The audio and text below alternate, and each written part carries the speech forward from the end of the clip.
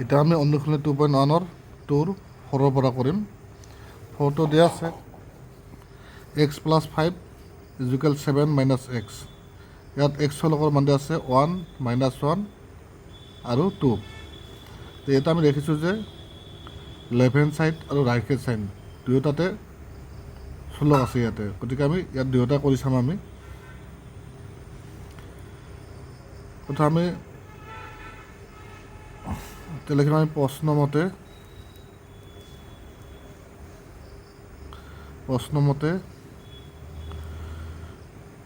x =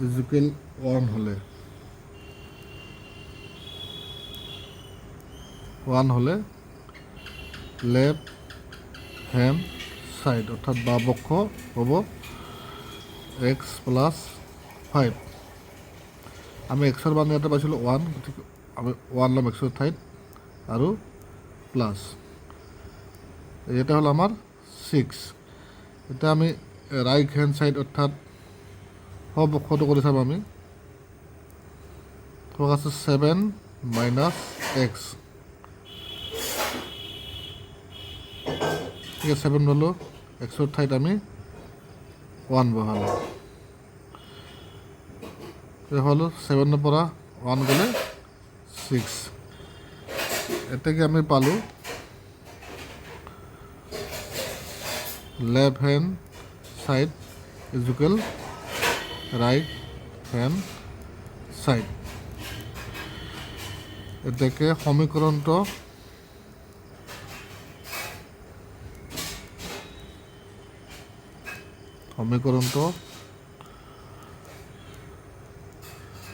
সমাধান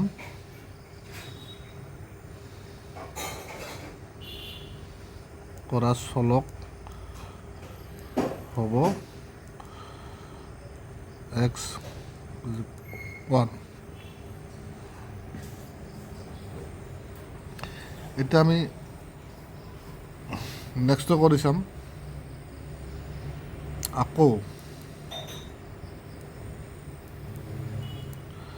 আকৌ x = -1 ল'লে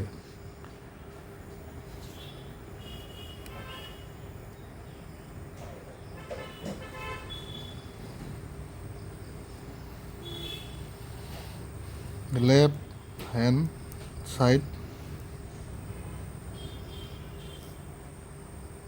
x + 5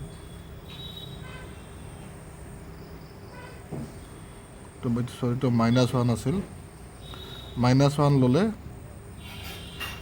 আমি এক্সৰ ঠাইত আছে -1 + 5 প্লাছে মাইনাছে মাইনাছ, গতিকে ইয়াত সেইটো ল'ব 4। গতিকে আমি যদি ৰাইট হেণ্ড ছাইড কৰিলোঁ, সপক্ষ যদি কৰোঁ আমি 7 - x, 7 - xৰ মান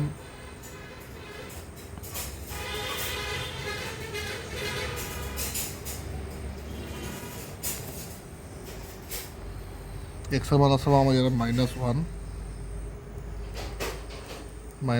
গতিকে মাইনাছে মাইনাছে +8। এতিয়া আমি দেখা পালোঁ left hand side = right hand side. এতিয়া আকৌ আমি চলকটো লৈ আমি গণিতটো কৰি চাম। এতিয়া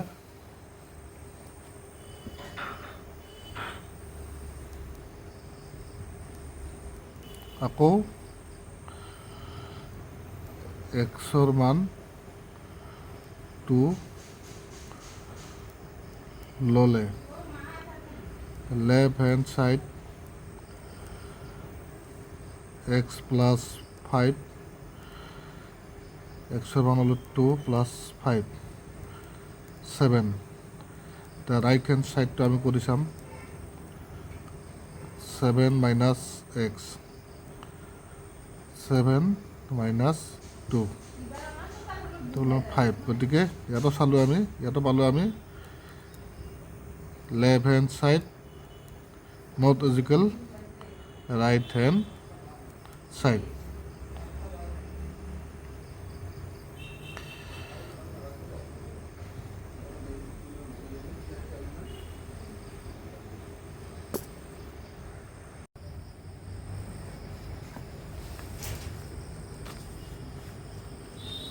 এতিয়া আমি 5 নম্বৰটো কৰিম। 5 নম্বৰটো দিয়া আছে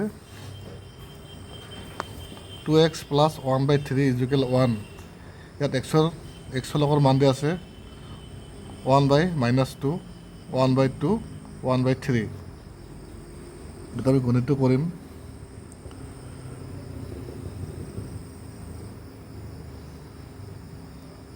প্ৰশ্ন মতে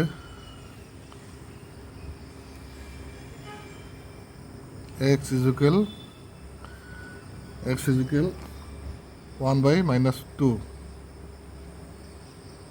1 ইকুৱেল -2 হ'লে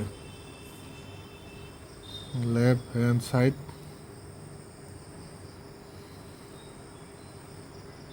টু এক্স প্লাছ 1/3।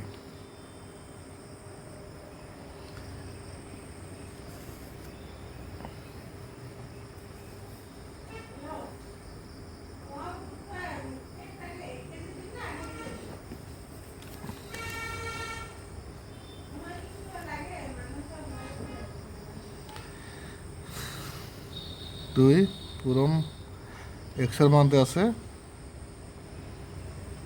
এটা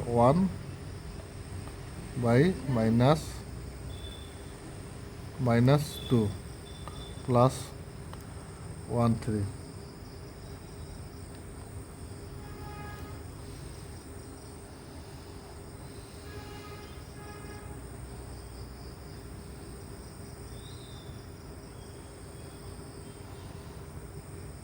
ইয়াত আমাৰ যেতিয়া কটাকটি কৰোঁ এইটো যিটো পূৰণ চিন আছে এইটো কাটিলোঁ 2 × 2, গতিকে ইয়াত থাকিব 1 1, গতিকে -1 প্লাছ 1/3।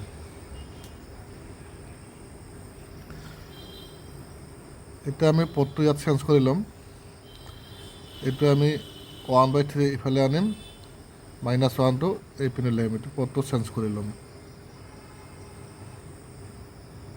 এতিয়া যদি আমি ইয়াৰ তলত আমি যদি 1 ধৰোঁ কি হ'ব? 3 × 3 লসাগু আমাৰ 3 হ'ব।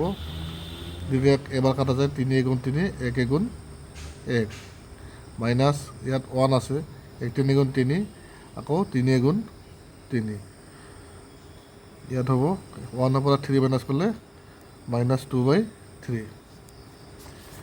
এতিয়া আমি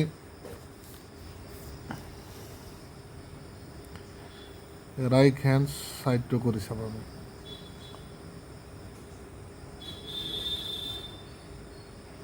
ৰাইট হেণ্ড ছাইড কৰিব নালাগে ইয়াত আমাক। যদি ৰাইট হেণ্ড ছাইড খালি ইয়াত 1 দিয়া আছে, গতিকে এইটো ৰাইট হেণ্ড ছাইডটো কৰিব নালাগে। গতিকে আমি দেখা পালোঁ এতিয়া ৰাইট হেণ্ড ছাইডটো আমাৰ কি হ'ল নট ইকুৱেল 1।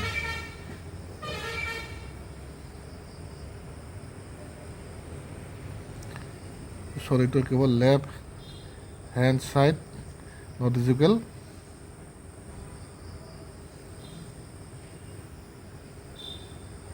আমি এনেকৈ লিখিব পাৰোঁ। এইটো এতেকে not equal right hand side. এতিয়া আমি আকৌ কৰি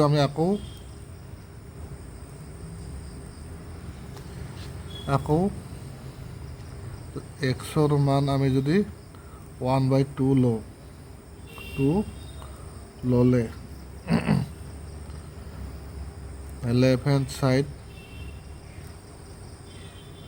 2x প্লাছ 1/3। 2 পূৰণ 1ৰ মান ইয়াত লৈছোঁ আমি কিমান 1/2, ইয়াত ৰাখিব 1/2 প্লাছ 1/3। ইয়াতো আমাৰ 2টো কটা যাব, থাকিব 1 প্লাছ 1/3।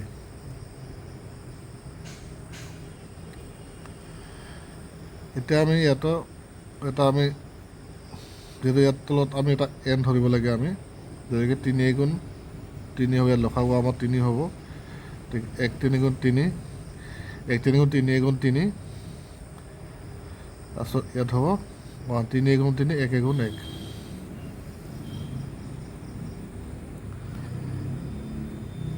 তিনি যোগ 4 3, এটা পালোঁ আমি এতেকে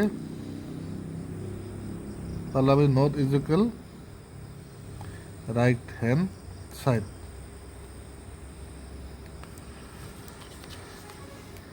এটা আমি আনটো চলকেৰে কৰি চাম আমি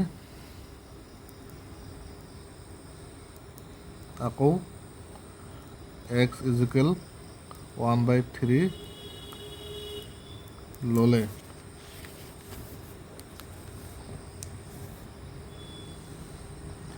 লেফ্ট হ্যান্ড সাইড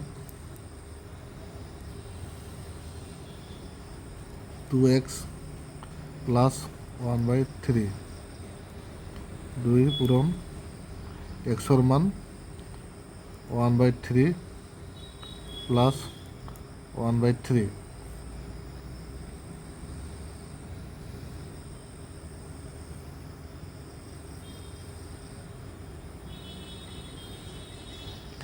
এইটো আমি উপরে উপরে পূরণ করে দিলোঁ, তলে তলে যেটা কাটাকাটি না যায় আমি এইটো 2 গুণ 2 আর 1 গুণ 1 3 গুণ 3 প্লাস 1/3। ইয়াৰ আমি যিহেতু এইটো 3 গতিকে আমাৰ লসাগু হ'ব আমাৰ 3, 3ৰে একবাৰ কাটা যায় 1 2 গুণ 2 প্লাস 3ৰে একবাৰ কাটা যায় 1 গুণ 1, এতিয়া আমি পালোঁ 3/3। ইয়াক আমি 3ৰে 3 একবাৰ কাটা যায় আমি পালোঁ 1, গতিকে দেখা গ'ল ইয়াত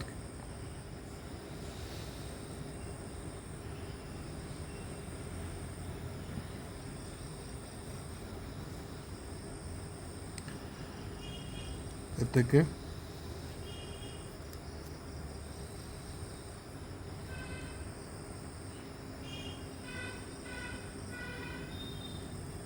সমীকৰণটো সমাধান কৰিবলৈ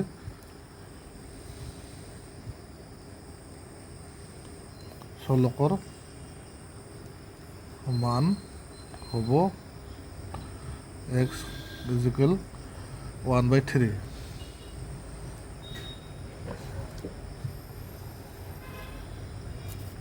আমি এটা 1 পালোঁ, ইয়াতো আমাৰ আছিল সমীকৰণটোৰ মান আছিল আমাৰ 1, গতিকে আমাক এইটোকৈ আমাক এইটো ওলাব লাগে, গতিকে আমাৰ এই দুটাত যিহেতু নোলাল আমি পালোঁ এইটোত এক্সৰ মান 1/3 ল'লে আমি পালোঁ 1, গতিকে আমাৰ সমীকৰণটো সমাধান কৰিবলৈ চলকৰ মান হ'ব x ইকুৱেল 1/3। এতিয়া আমি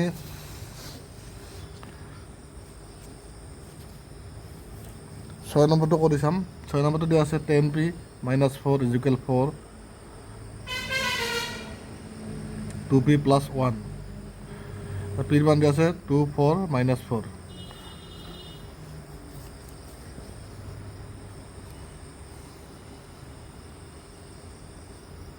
দিয়া আছে 10p - 4 equal 4, 2p + 1,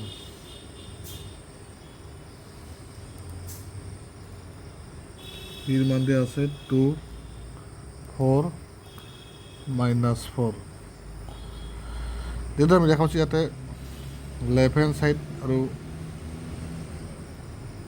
right hand side দুয়োটা আমি দেখা পাইছোঁ, দুয়োটাই চলকযুক্ত সংখ্যা, দুটা আমি দুয়োটাই ইয়াতে কৰি চাব লাগিব।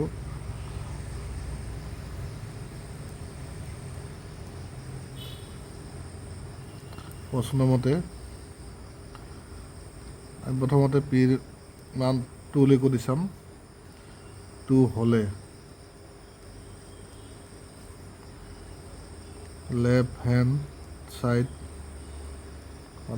10p -4 এইটো আমাৰ লেফ্ট হেণ্ড ছাইড আছিল প্ৰথমে এইটো কৰি চাম লেফ্ট হেণ্ড ছাইডটো 10p - 4 10 পিৰ মান লৈছিলোঁ আমি ইয়াতে 2 হ'ব -4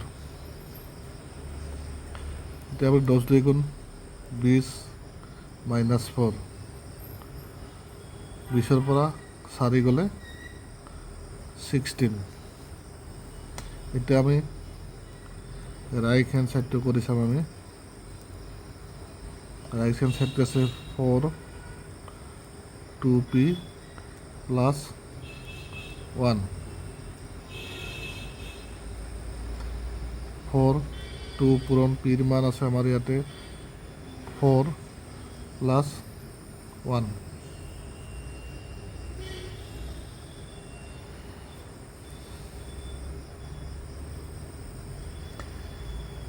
আমি কৰি 4টো ল'ম 4 2 গুণ 8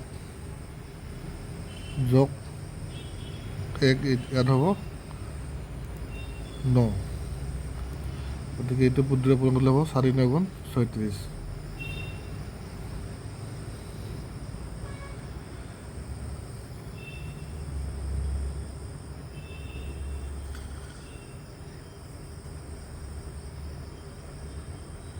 কিন্তু আমি দেখিলোঁ যে ইয়াতে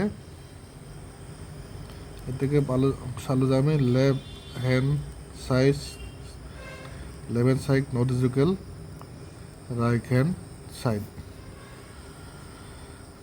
এটা পিৰ মান 4 লৈ কৰি চাম আমি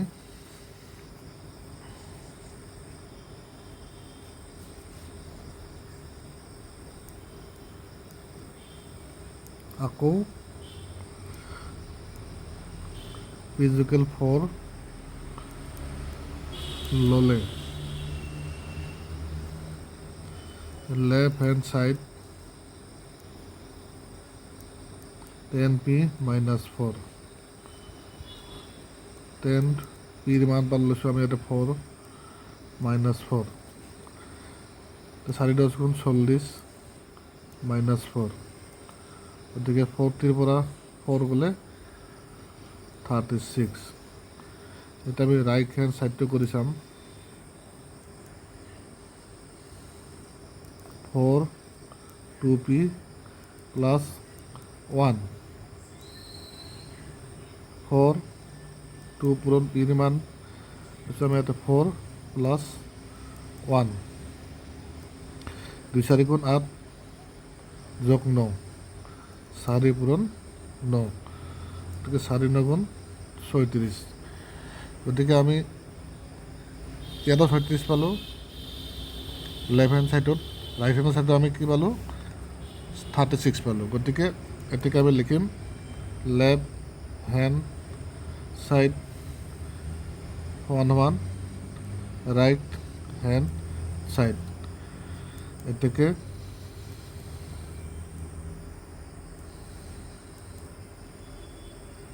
সমীকৰণটো সমাধান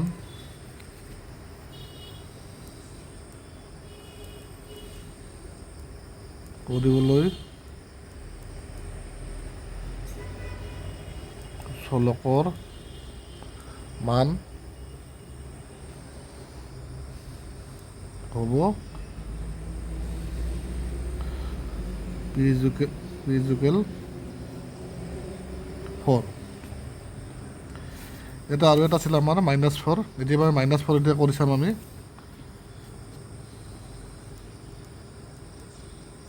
আকৌ p = -4 ল'লে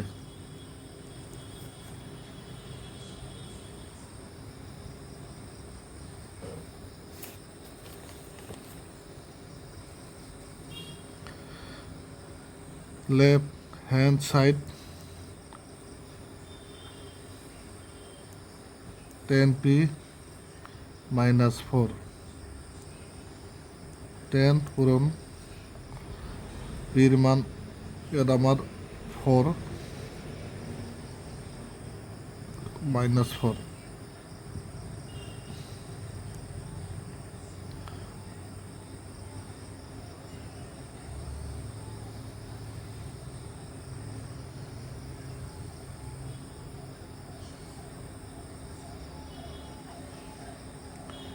ইয়াতে আমাৰ কেৱল 4 10 গুণ, এই দুটা আমি যদি পূৰণ কৰোঁ 4 10 গুণ 40 -7 আছে প্লাছ হ'ব 4।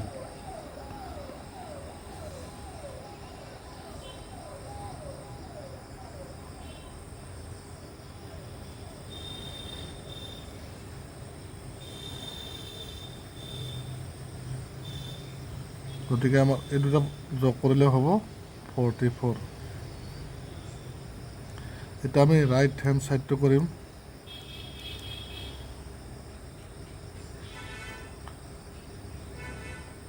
এইটো 4 আছিল, 4 2p প্লাছ 1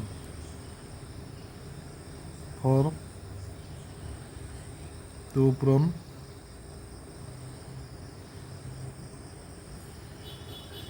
-4 প্লাছ 1।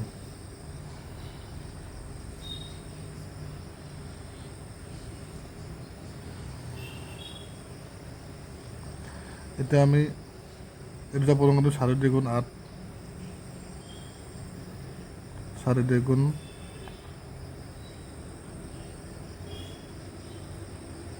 8 প্লাছ 1 4 পূৰণ প্লাছ 7 আছে -7।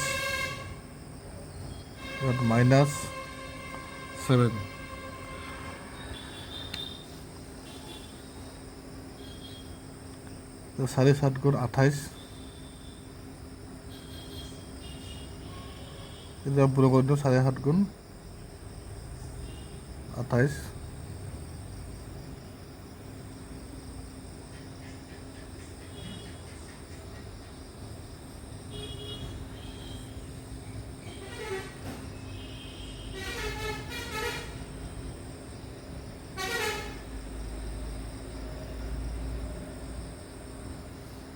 আমি ইয়াত দেখা পালোঁ,